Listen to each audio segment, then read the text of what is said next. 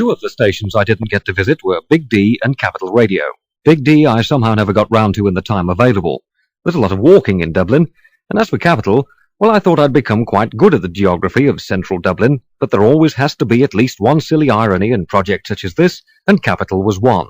I could very well have called in to see them. After all, I'd walked past the place often enough.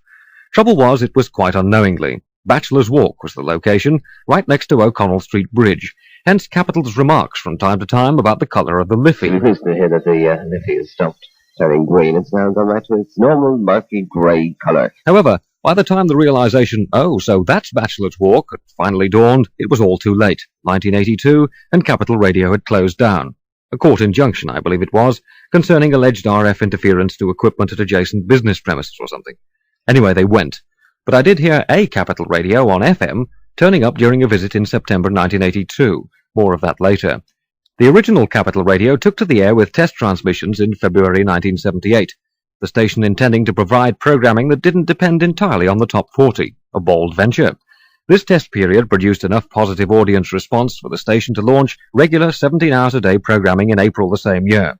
Specialist music shows became an important part of the overall format, 50s-style rockabilly, American disco and soul, traditional and folk, and a jazz program, the latter even coming up with a 26-part series on Duke Ellington.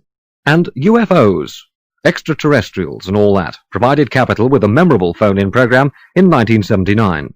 A good deal of audience response triggering off subsequent articles in the local press. Staff-wise, one of the station's directors had spent some years with RTE, and soon put this experience to good use in the training of Capital presenters.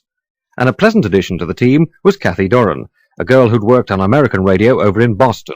Capital Radio, taker of a worthy place, I think, in the history of Irish radio, and on that subject, ever-inventive Capital can be credited with recording and broadcasting a history of local radio themselves. 2, 6. Isn't it good to know Capital Radio? You can turn on a friend, you can turn on a show, you can turn on the world with Capital Radio. Such a good way to make your day. Capital sounds go round and round, up and down, right it round the town. Capital Radio, yeah.